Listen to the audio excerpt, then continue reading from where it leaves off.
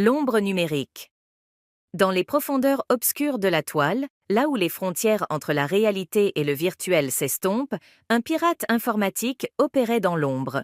Connu seulement sous le pseudonyme de Spectre, ce génie du clavier avait une réputation redoutable dans le monde du hacking. Spectre n'était pas intéressé par l'argent facile ou les secrets industriels. Non, son objectif était bien plus ambitieux. Il voulait contrôler les réseaux sociaux. Les plateformes étaient devenues le cœur battant de la société moderne, influençant les opinions publiques, les élections et même les destinées nationales. Manipuler ces canaux de communication de masse lui permettrait d'inscrire son nom dans l'histoire numérique.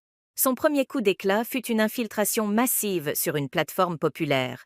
Par des techniques sophistiquées de phishing et de brute force, Spectre obtint les identifiants de centaines de comptes influents. Il sut manœuvrer habilement, ne laissant aucune trace visible de son intrusion. Bientôt, des messages étranges commencèrent à apparaître sur les fils d'actualité des célébrités, des politiciens et des leaders d'opinion.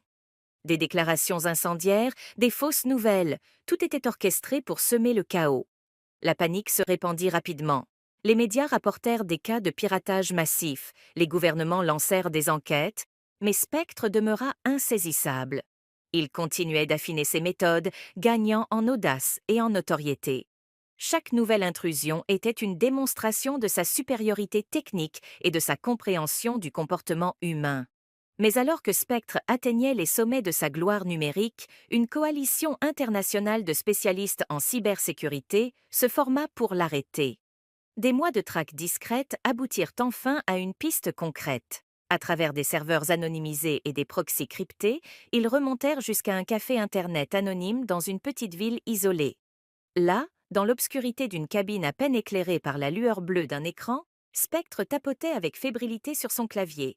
Il était sur le point de lancer une attaque encore plus audacieuse, mais soudain, la porte s'ouvrit brusquement. Des agents armés surgirent, arrachant Spectre à son royaume virtuel.